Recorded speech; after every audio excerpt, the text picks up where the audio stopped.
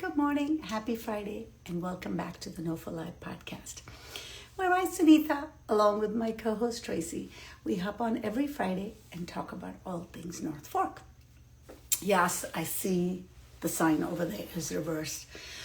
I've been trying to redo my home office, so hopefully I will create a better backdrop for the podcast. And step one is to get that sign printed, mirrored so that it looks okay in the backward facing camera. Anyway, what's going on the North Fork? The weather is great, 70s. So not really hot for pool weather, but perfect for summer. Speaking of summer, this weekend is the unofficial end of summer. But for those of us that love summer longer, I mean, really technically, summer ends on September 22nd. So there's no rush to put away your bathing suits and put away your beach cover-ups.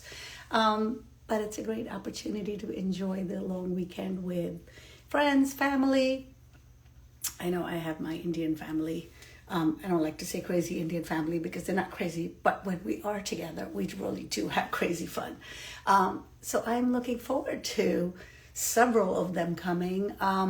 My kids live farther away all over the country, but my sister and my cousins, they live in New Jersey, so they'll be coming and we'll be eating a whole bunch of Indian food. No barbecuing in my house, but we'll have tandoori chicken and all of that kind of goodness. So I hope that you have good plans and fun plans for the weekend as well. A fun plan for the weekend if you want to participate. We just recently featured 𝗪𝗏𝗡 Mushroom on the podcast, and they have just been awarded a Snail of Approval by Slow Food East End. Some of you might recall I was on the board of Slow Food East End for a few years, and I particularly love this Snail of Approval award for so many reasons. First of all, because I'm a foodie. And I believe nationally and internationally, the program is more to recognize restaurants. But what I love is that Slow Food East End has sort of embraced what it can be and has a lot of food producers, including vineyards, and of course restaurants, and now farm stands. So I believe, good morning, Sarah. I Good believe, morning. how are you? Oh Um, my gosh, I'm so close. it's really hard to This figure close. out, like when I start, my profile starts a certain way. Good morning, Tracy. And Good then morning. when others join on, it goes in a square. It is what it is, you know? I know, we're gonna get real personal here. Sounds good. Sounds good. Anyway, I was saying, 𝗪𝗏𝗡 Mushrooms is being awarded a Snail of Approval, and I believe they're throwing a party, and it's an open invite. Whoever wants to Really? come, hang out, check out the mushrooms, check out their farm stand. I believe When is the party? tomorrow evening. I want to say it's from 4 to 6, but I'll reshare. I think I shared it in stories earlier. But obviously there'll be mushrooms. There'll be the Slow Food East End board. You can meet them and learn more about that. Just a fun North Fork way to celebrate the weekend, you know? Sounds like a good chili activity. Yeah, and the 𝗪𝗏𝗡 Mushroom, Anthony and Agate are so fun and so creative, and maybe you'll be able to forage in their farm. I don't know. I don't know what the plan is. I wish I could go, and if my family does drive me crazy, maybe I will sneak out for an hour. But I mean, I'm really looking forward to some tandoori chicken this weekend. What are your plans, Tracy? Well, we're having our normal kid barbecue this evening. Tilly's very excited and eyes popped open and said, "Is it barbecue night?" I love that you started this Friday drop-in tradition. I love this. I love it. Yeah, I wish I yeah. could come one of these Fridays. I'm going to make it. You will have to. So, and then a lot of boating. It might be the last weekend, you never know. So, a lot of time on the boat this weekend for us. Sounds like fun. So, all right, let's jump into this. Sarah, do you want to introduce you and your husband and tell us what you guys do? Sure, I'm so relieved he just popped in because there was a little touch and go for a second. Um, so Stephen and I are Long Island Vine Care and New Roots Wine. Long Island Vine Care first, and New Roots Wine more recently. It's kind of like our fun business where we get to kind of express our passion in a different way. But yeah, we're So husband and let's wife. talk about what is Long Island Wine Care. Long Island Vine Care. Stephen, you should talk about Long Island Vine Care. Good morning, Stephen. How are you? Good morning, guys. We're really excited to be here. Long Island Vine Care is a vineyard management business. We have commercial management as well as private management. We like talking about the private management because that's really getting more hands-on and personal with the vines. So we plant and we maintain on people's property. It could be small properties, larger properties, really anywhere on Long Island, even in Westchester, all the way up to Columbia County. So we're getting all over the place. What are your credentials? How do you know how to do this? Trial and error. No, Well, going. that's what farming really is. It really solving problems. It's going, what do I have in the truck with me today that I can use to solve the problem? And there's a lot of MacGyvering that happens. But Ooh, funny. did I mention I am married to MacGyver? Like Oh, literally? she is. She is. Oh, really? Yeah. So then you must be very well cared for. Well, you would think, but I do have tools all over the house, so there's that. Well, some territory. But I understand my husband is very handy, and I know Tracy, your eyeballs just lit up when you were talking about problem solving. Because so many businesses, I know even in your business, Tracy, you're always Yes. creatively Oh, yeah. on the fly solving problems, right? Yep. Yes. Yes. Literally. That's what I Yeah. always say. Event production is 90% planning and then 10% figuring out what happens when all your plans go to shit. Maybe Yes. You're a farmer maybe too. Tracy, you're a farmer. Maybe Yeah. Tracy, you're a farmer and you don't know it. Yep. Okay, so for those of us who've been here long enough, or at least have watched the vineyards here, over time, they used to be mud vineyards, and then they went into consulting for growing wines, and there are several others. But I love the concept that you're talking about, which is also for individuals, because there Yep. are a lot of people that grow smaller parcels of grapes on their land. So talk a little bit about how someone can do that and how you can help. Yeah, so it's really just about planning, picking a perfect spot in the yard, wherever that might be, um, and choosing grape varieties too that are going to be fun to drink. So Does How your much that's space do you soil, need? sorry. uh, we like to start people off just with a tenth of an acre. That's 100 vines. In Okay. 3 years, they'll be in production, and we'll get around 100 bottles. So it's a Wow. good amount to start. Wait, Yeah. 3 years you said? Yeah, so let's say Okay. we planted this upcoming spring, which would be 2026. We would be harvesting in 2028, and 2028 would be our first vintage. So Okay. I find patient people as well. See, I'm not Doesn't a the big. type of soil that you're planting in generally drive like what type of varietal you'd plant? Doesn't it have a big impact on that? That's a really good question. It's soil science is really intriguing. I have not found a soil that I can't plant in. I Okay. do flexible. I have to choose the right type of rootstock that's married to the right type of plant. But soil has never been a limiting factor. We can usually change the soil over time. It's really just more about sunlight and airflow. That's really important. The more sunlight, more airflow we have, the higher the quality is going to be for the grapes. and Meaning and like an open field, kind of. Open field, even on a hill, if you really spoil me. Okay. Yeah. and what do you how do you feel about it being right on the water? As long as it's not like on the beach. I've planted really close to the water. I mean, 75, 100 yards away from the sound. And I haven't had any issue, even with like salt spread on stormy years. So we can So get close. I have a lot of bamboo that grows down towards the sound, and then slowly over the years, just wild grapevines have taken Yeah, over the bamboo. So like on the beach, I have grapevines growing. yeah, Obviously, I didn't plant them, and they're wild, and the birds eat them before they turn into yeah. grapes. But it's just They're tough. interesting for me to think about that. Yep. They're very tough plants. Do you help the clients then once it becomes something that you can bottle? Do you help them through that process as well? We do, yeah. Um, that's probably one of the most key points is the winemaking aspect of it is very tricky to get right. So luckily we have all of the small scale equipment to process smaller batches and keep everything still really high quality. So do they bring the grapes to you and you do that somewhere else, or do you bring everything to their property and do it on their property?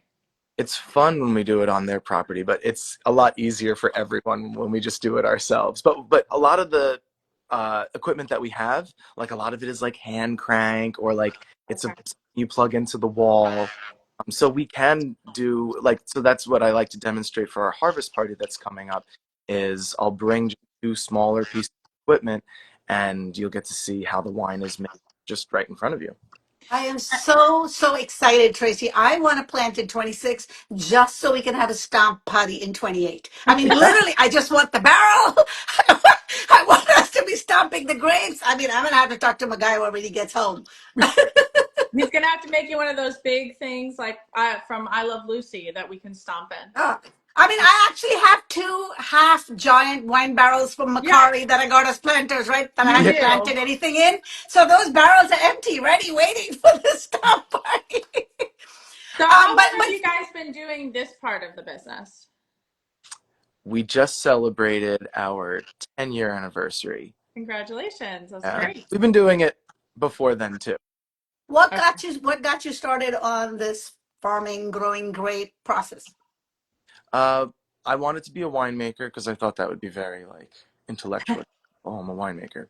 Uh, Which it is. There is a lot of thought process involved. it is. And I don't want to downplay the winemaking side, but when I had my internship in 2011 with Jim Thompson at 𝗪𝗶𝗲, back when it was 𝗪𝗶𝗲, uh, I was too young to work in the winery, so I had to work in the field. I see. Working in the field, all the lights went off, and I realized this is really where this is the big show. This is where everything happens. This is where quality is determined. And I remember it was a block of Chardonnay, B1 was the name of the block. And I was working really slow because I was looking at each individual vine and I was like, if there was a way to just like concentrate on each individual vine, like kids in a classroom, then I can't imagine what the wine would be like. Mm. And the only way to do that would be in smaller parcels. And smaller parcels would be more conducive if it was just a private property and someone wanted a smaller parcel. So, Right. and also getting to work on an individual level with the client would also afford me the opportunity to teach them and to educate and get their family involved and more people, which is really what it's all about. And that's what led me to nudge Sarah and say, Sarah, can we start a wine label and we'll just do like small batches of wine and do education? And she said yes, thank goodness. So So, tell us about that, Sarah. So it's just going back those 10 years. It's very funny how we got started just because our first customer was actually Cedar House on Sound, Mm-hmm. the bed and breakfast. And Dave Perrin, his property manager, had been asking at the time Stephen was doing a few oddball jobs out here because we just wanted so badly to be part of the North Fork wine culture. So we were doing a bunch of oddball jobs. And he had been selling agricultural products. And we stopped in, I don't know if it was during the winter or I'm not sure what you were trying to sell him, but it wasn't Anything. being a vineyard manager. um, so whatever the miscommunication was, Stephen left that property and we got a call and it was Dave and Yeah, Dave called me. somebody Dave called us and said, "Hi, I heard you want to manage our vineyard." And that was just Not your intention. not at all, not at all. But Stephen goes, "Yes." So that was our first customer. Amazing. It was just our step in and just kind of like an incredible gift out of nowhere that we were hoping and praying for, but had no idea how to get started with. Um, so fast forward 10 years. We have 30 plus customers all over the North and South Fork. And some of our customers can't handle the amount of fruit that they produce every year because, it's really wonderful to get 2 cases of wine a year. It's a little bit difficult to get 12 cases of wine a year, and it just after that third year it produces over and over and over. So we have a couple customers who were like, hey, would you be interested in crop sharing? And we were like, yes.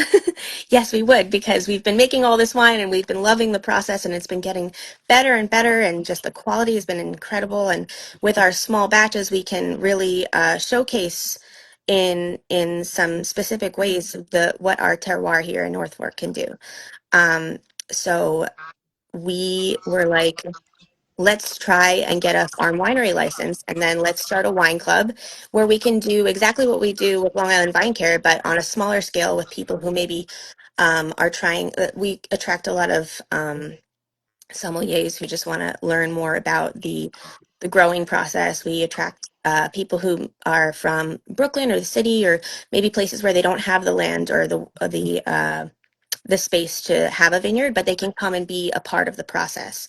So 4 times a year, we release one wine, small batch, no tractors in the vineyards, everything's done by hand.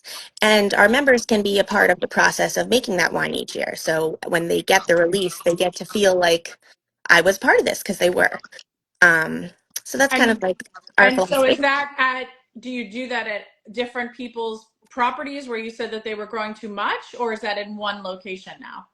No, so that's kind of another thing I love about our little quirky wine club is I kind of run it speakeasy style. So our wine club members will find out maybe a month in advance which of our private vineyards is going to host the next event. I see. And they come to the event. It's a pop-up event. We do a paired wine tasting of our release, and we also take them into the vineyard and behind the barrel and teach them all about what's going on that part of the season. So interesting. I love it. So I like that you use the word attract for your clients. Do you guys market, or is everything word of mouth? Um, It's mostly word of mouth. We sell at West Hampton Beach Farmers Market. That's kind of our main outlet for selling, just because we're so small batch. I mean, I think, Stephen, you have a couple bottles with you. We actually number our labels because there's like 700 per batch. Um, and Oh, so I see. the I see. four releases are kind of all we can handle right now. We have a couple outlets, Greenport Wines and Spirits, Vintage Manituck has us, but I'm sorry, I lost track of the question. I was asking how you get your clients, whether they're the Correct. Yeah. private growing clients Um, or the people in the club. we just started working with a marketing team that we actually met because they were wine club members. Oh, nice. And they're a new startup, Salt PR, and they've just been fabulous. They got us yeah, shout out to Nick and Cassie, because they've been doing a lot of cool things with our social media, and they have gotten us a few media outlets where we could share what we do. Um, and yeah, just kind of the look and presentation they've been helping a lot with. And they're really cool because they're also avid wine club members. So they're very interested in our business. And They get it. it's been a wonderful experience with them. So definitely want to give them a shout out because they're awesome. I love your business model because obviously, we live in wine country here and there are several established large vineyards. Um, but for people that want to sort of be part of this process without being a vineyard owner, right? Mhm. I know there was a vineyard in a farm vineyard in Southold a few years ago that sort of tried to establish as a tasting room, but because they were in a residential area, it's really hard to sort of do that. But I love this. If you have land and you have open area, you can be part of the hands in the soil process and then also Mhm. end up with a few bottles at the end of it. I mean, I think it's Mhm. it's it's filling a niche that I didn't even know needed to be Yeah. filled. You It's know? also just a wonderful, we love our customers. We have a lot of people who are family oriented, and they have their kids out in the vineyard, and they just want their kids to have their hands in the dirt and learn something about growing that maybe they wouldn't have exposure to other than, just having it right on their property. So Now, um, you mentioned that, the initial start of it was that you guys really wanted to be a part of the North Fork community. So have you guys moved out here now? Are you guys residents? yes, we moved out shortly after we started the business. It was crazy commute from Wanta at the time. We Okay. were both working so many jobs, but yes, we were blessed with a customer whose house was his second home, and he was not using it uh, frequently, and he wanted somebody to take care of it, but he also had a vineyard, and we kind of just, it was a Oh, marriage. It was a marriage perfect of match. opportunity. Yes. Wow, it sounds like a lot of perfect matches on your journey through this. That's been the story. Yes, Yeah. just God paving the way. Yeah. So, Stephen, what kind of grapes do you grow and what types of wine do you make? Well, that was the other thing I was going to say. I'm really glad you asked that question because when Sarah was saying about having the 4 events, we do one each season, and I was going to say, like, even this year, if you were a wine club member and you came to each of the events, it would be something like 30 different varieties that you would have Wow. seen now, Mhm. which is a really unique kind of opportunity for someone that doesn't have a farm normally in 4 events, and you get to go home with wine too, but you're getting to see how each of the plants grow also through the course of the season. So if you name it, I probably grow it. I have my favorites, of course, but there is a grape for every palate. There's a grape for everybody's home. It's just a matter of trying to make the wine. The tricky What is the easiest one or the one that thrives the most here? Is there such a thing? Is there a variety that grows better versus others? um and for whites, I know it's going to sound very like promise not to yawn when I say it, but Sauvignon Blanc is such a beautiful, beautiful plant, and it produces really elegant wines. And they can be, don't put Sauvignon Blanc in a box. It's going to be different no matter where you plant it. I almost get nervous about planting it because if you love Sauvignon Blanc, because you may imagine a certain type of Sauvignon Blanc, whether it's California or Sancerre or New Zealand, it could be any of those three. Everybody's backyard is different. Mhm. Hmm. But that's a really good like workhorse variety. It's very vigorous. If you have very light soil, it's going to produce really well. If you're really heavy soil, I can guarantee that you're going to get a lot of fruit. Chardonnay is great. Merlot is a good standard. But now there's all of these hybrids. So one of the reasons that we wanted to call New Roots was because we're trying to be on the forefront of new varieties. What is the Long Island variety? I might not figure it out until I'm 70 or 80, but like that's my mission. We're gonna find What is unique to this what region? what really is the Long Island grape. Well, And I know New York State has been talking about Cab Franc and they have this Cab yep, Franc forward movement. So I don't know if that's more, one of the varieties. I don't want to talk bad on Cabernet. That's okay. Nobody's hearing us. You can tell us. No, I don't want it to get back to my Cab Franc vines. I don't want to discourage them. They're working so hard out there. But Poor it little might babies. be. We've had some years where I've just been looking at my Cab Franc vines like they're the wayward child. Well, but like you said, the terroir matters, right? Because New York Yeah, State is pretty large. So depending on where you plant, I mean, you're even talking from different neighborhoods to different neighborhoods, the same vine can yeah, behave differently. yep. And it's so wild. It feels like I'm growing in different countries when I go to Cold Spring Harbor and I look at the Cab Franc there, and then I go to Cedar House and I look at Dave's Cab Franc in his backyard. It's like two totally different plants. Or when you go up to Westchester, that's Right. Yeah, we have Cab Franc up there too. So Yeah. if somebody wanted to really jump into this, because honestly, I'm thinking about it, I think it's simpler than chickens, but I don't know. Because that's the other option, right? You either have chickens or you grow wine. I mean, those are the Agree. two choices Yep. on the North Fork.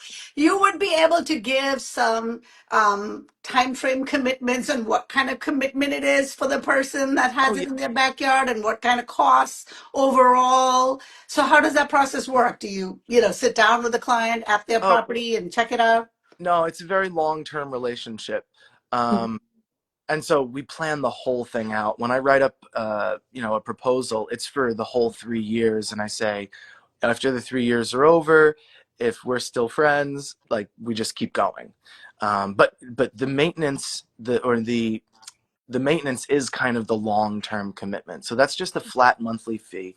I try and take the guesswork out of farming. I tell people when you sign up with me, we will grow the vines, of course, but you're also getting a level of insurance as well. Like I'm almost like crop insurance in that, we're gonna, weather permitting, we're gonna guarantee that there's grapes, and that there's gonna be grapes just every continuous year afterwards. So that's part of the conversation too. Farming. So you're sorry, Tracy. So you're saying like a landscaping contract, you are showing up weekly, bi-weekly, whatever it is, to take care of the wines, or do I have to do that? No, we take care of everything. There's people that I mean, I don't. want to. Yeah, So of course. So that the best case scenario for us is that as soon as I roll in with my pickup truck and my tools, someone's coming out from the house saying, "What are you doing today?" And they're putting on their gloves, walking towards me. okay. We have customers all over the spectrum in that sense. Yeah. There's customers can be as hands-on or hands-off as they would like. Some customers, honestly, we do have a couple customers who don't even drink wine. They just love having it to serve their, yes, they love having it to serve, to entertain with. And they love that it's grown on their property, and they love that their kids are involved. We also have customers who are out there pruning with Stephen, who want to be part of harvest, who want to be a part of processing everything. So it just really, it depends on what the customer wants. But But before we jump we into, love it when customers are involved, because there's a different sense of the decisions that are made. It's being a part of those decisions. I feel like there's less surprise, or there's less, when we get to the end of the process and your wine doesn't exactly taste how you expect it. If you're expecting some different terroir, it's different when the customer is very involved in their own terroir, when they get the end product. Yes. Yeah. two things. What does terroir mean? And then also, how do you join the wine club? I'll do the first one, you do the second Okay. one. Sounds good. So terroir is kind of that mystical relationship between the vine. Imagine the vine kind of just hovering in space. You need to anchor it to the ground, but then there's also all of the air and all of the weather patterns that happen around it. And so imagine the vine kind of like caught between those two things. And if you Okay. any of those two elements just slightly, you're going to change the flavor of the grape. The grape is always going to have its own inherent givenness, but the terroir, being those two factors, is going to manipulate things a little bit. And then Great. sprinkle in the fact that every year is different. And Yeah. vintage years being different, that's what vintage means, is such a huge factor on Long Island, because we have no idea what fall is going to be like. If we were in California, I could tell you exactly what it's going to be like. It's going to be perfect. On Long Island, it could be even better than California, like 2022 or 2024, or it could be a constant set of deluges Saturday like it was in 2023. So you never know what you're going to get. Yeah. Okay. And then how does someone join your wine club? So you can sign up right up on our website.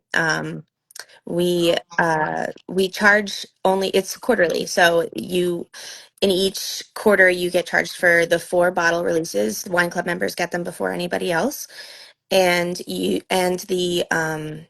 event. So it's a quarterly subscription. When is your next event? September 27th.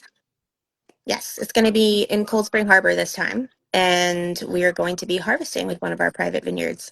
And we're going to be releasing the Crucible, which he did touch on it a little bit, but we did have like an incredible season last year where we had a very arid, uncharacteristically arid fall. And our grapes were able to hang and develop this incredible character it was kind of a unicorn fall we had. And so normally we'll bring in different varieties on different days based on the sugar content and just Stephen deciding it's time. But normally we harvest on different days, but most of these grapes came all in on the same day. So rather than fermenting them separately and then blending, we were able to co-ferment, which is kind of an unusual and risky choice we made. But the wine came out very excited. We have never named a wine anything besides like the variety that's in there or a blend, but this one's called the Crucible just because of all of those factors and just this. You can speak a little more about the Crucible, but we're very excited to release that at this event. How exciting. All right, so we could talk to you guys all day long. This is so interesting, but Yes. we're going to jump into our NOFO Live 5. Mhm. So if you guys are going to take us out to lunch, dinner, breakfast, your choice, where would you take us? Oh. I'm so sorry, Stephen. I forgot to tell you about these. That's okay. He's Oh, gonna have to give bring answers it on the on. fly. Wow, this is great. We love answers on the fly. There's no preparation needed for these answers. It needs to just be instantaneous. Oh. Okay. Um. Well, you go first, Sarah. Honestly, if I were to take you out, I would probably cook dinner for you. Not because I Oh, don't, not because I don't love, not because I don't love, I could list so many of them because on date night, we try a different North Fork restaurant and it's just like, I can't choose. They're all so good. Well, Um, I think what we're looking for is what's your favorite dish where, so okay. that we can go experience it. It really isn't about favorites. It's about what did you eat that you loved right now. Okay. But I do like In the idea if you Greenport, have a vineyard, if you have a vineyard in your backyard, Tracy and I are yes, very available. I mean, my schedule is open to set a table in your vineyard and eat a home yes. cooked meal. I'm That good was, with I'll I that. was even bring the vintage china and we I can love have to lay that. out I love to lay out a dinner in the vineyard. I also absolutely love the frisky oysters. Yes. They're oh goodness, what is it called? It's the oyster with the spinach and the parmesan. What is that Oh, dish it's a called? Rockefeller? Rockefeller? Yeah. Rockefeller. Yeah, but it's called Got it. Friscafeller there. Oh Brisket. my Okay. gosh, it's so good. Well, I got to give a shout out to Yes. them because they have vegan desserts and vegan things on the menu, which is Yes. not common everywhere. So shout out to them for Yes. that. And um, they make excellent cocktails as well. Yes, they do. What would your answer be, Stephen? Do you For lunch, I like going to El Pulgarcito in Mattatuck. It's the Spanish deli. I mean, the North Fork has It's right awesome. across from the orthodontist, right? That spot? It's next to a nail salon and handy pantry. It's like right from. I know Oh, where it is. I I know what have you're yes. been talking in about. Yeah. there. Okay. I have been in there when they have lunches, like hot lunches to just Oh, Yes. take. It's really great. so good. Yes, yes. If you're working in the vineyard, you need a good meal like that. I love that. That's a great Yeah. suggestion. That's a real Yeah. local answer. Yeah, but that's what we're looking for is the inspiration of where Tracy and I can go next. It Yeah. really, truly, just for all future Well, and guests. I appreciate an answer that I can get on the go because I often don't have time Yeah. to sit and Exactly. lunch. Exactly. Yeah. Yeah, but I think Tracy, their lunch ready to go ends like at 2 or 3. So be sure to go before, Yeah. because I have Okay. gone other times, and then you gotta wait for them to make it, you know. And then also, I like going to places where not that it's a buffet, but you can see, like, ooh, do I want the Yeah. stewed chicken? Do I, Yeah. want, Yep. and you can see it. Okay. Yeah. Okay, so I'm gonna modify the sunset question. Which is your favorite vineyard of all your where you're growing it to catch a sunset at? Ah. Do you have any, or do you have your a different spot that you like to catch it at? I'd say probably Haven, right? Yeah. Probably so. Yeah. We do. Okay. If you're driving on the North Road, there's a sign that's and you're going east. There's a sign that says Greenport. This is before you get to Hmm. the hotel on the water. On the Okay. left side, you're going to see a really, really little vineyard through some privet. That was our third or fourth customer ever. He's got beautiful Chardonnay and own fruit of Noir. And Mhm. maybe not from the vineyard, but from his backyard on the Sound. That's a really special spot. It's a special spot because I bring the kids with me as often as I can, and I'll work in the vineyard and I'll say, yeah, you guys splash around in the water, and so I've been there so many times with the kids that it's just kind of a special spot. And the customer, he's a great guy, and he's a family guy too, so they enjoy their house as well. I love it. Yeah. Yeah, yeah. And that's the same view, like on the side of Sound View, right? Like that Yeah, it stretch was. of beach is just Mhm. incredible, like the It is. best sunsets. Yeah. Yeah. Okay.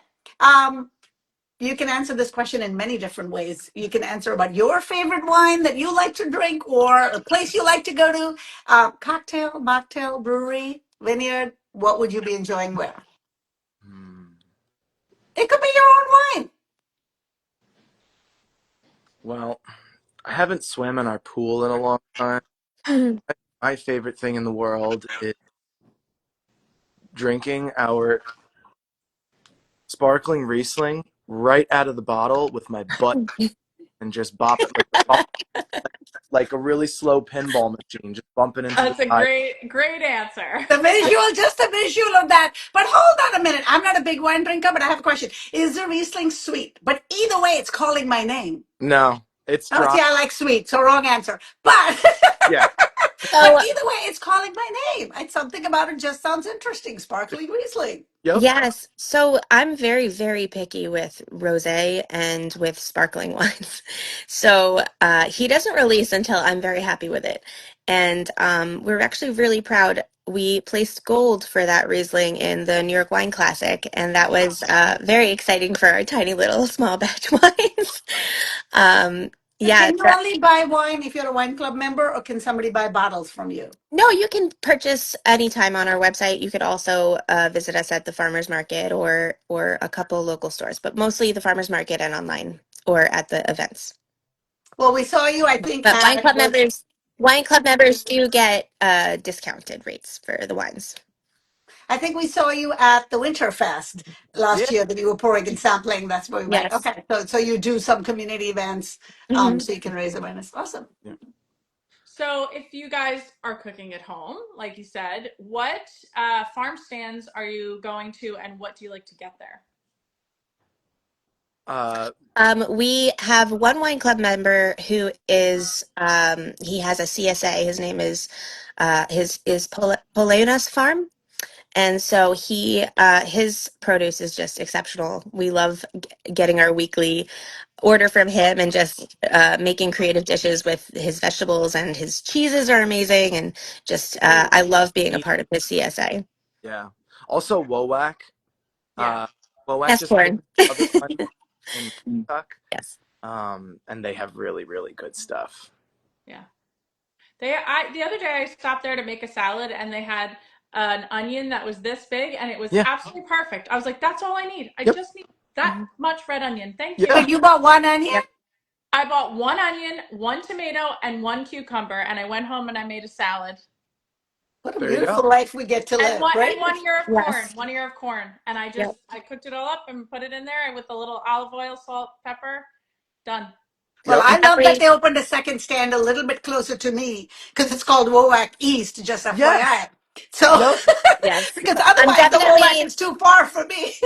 I'm definitely partial to Wowax corn because we did farm alongside them for a while with well, we still do with one customer, and their corn, I think that soil is just special. That Yeah. their corn is so good. Yep. Yeah. Well, thank you for all of the stuff that you're bringing to the North Fork community and all of our members that you're helping with your services. Tell us why you love being a part of the North Fork. Go ahead, Sarah. I love being a part of the North Fork because there are so many exciting small businesses to work and live alongside, and we're all very supportive of each other. I've met so many incredible women in web with Sunita and Tracy, and I've just met so many people who just want to be part of this community and are dedicated to just making it a wonderful place to visit and keeping it a wonderful place to visit and keeping lots of small businesses um, thriving. And also, I just think it's very exciting to be a part of a baby wine region that's just getting started exploring what we have to offer in the viticulture part of things. I guess that's I my like it. I like it's like a 50-year baby, but yes, Yeah. in yes, in terms of yes, winemaking, it's a baby. Yes. Well, Yeah. I'm so glad you guys came on. I mean, a couple of things I want to say before we wrap. One, I love your business model. And I also love you both seem like very savvy business people. I love that it's organically expanding. You started into growing the grape, and then, of course, you want to make the wine so that you realize it's not just you that wants to make the wine. So now you're helping other people. I love that so much. So it's a great study in how to sort of scale and grow your business. And second, all of your answers have really involved connections in the community because you have like-minded people. I mean, that's what Tracy and I really love about what we do. It connects us to community. And I feel like your business, is doing the same for you. So that's a wonderful thing to watch. And we wish you much success Thank in, you. in your future plans. Yes, thank you so much for having us on. We were very Thank you excited. for joining us today. Well, have a great weekend, everybody, and we'll Yes, see you happy next end of Friday. summer, everyone. Enjoy the last of it. Well, Yeah, it ends on the 22nd, people. That's how I that's right. started the show. This is not the Right. end of summer. This There's is three just more the Well, weeks. that's because you unofficial don't have a end. kid going to school and everything changes. But yes. Yes, there is that. But technically, summer ends on September 22nd. So hang on to those bikinis, okay? I will. Yes. We'll see you next Friday. Bye. Happy Friday. Bye.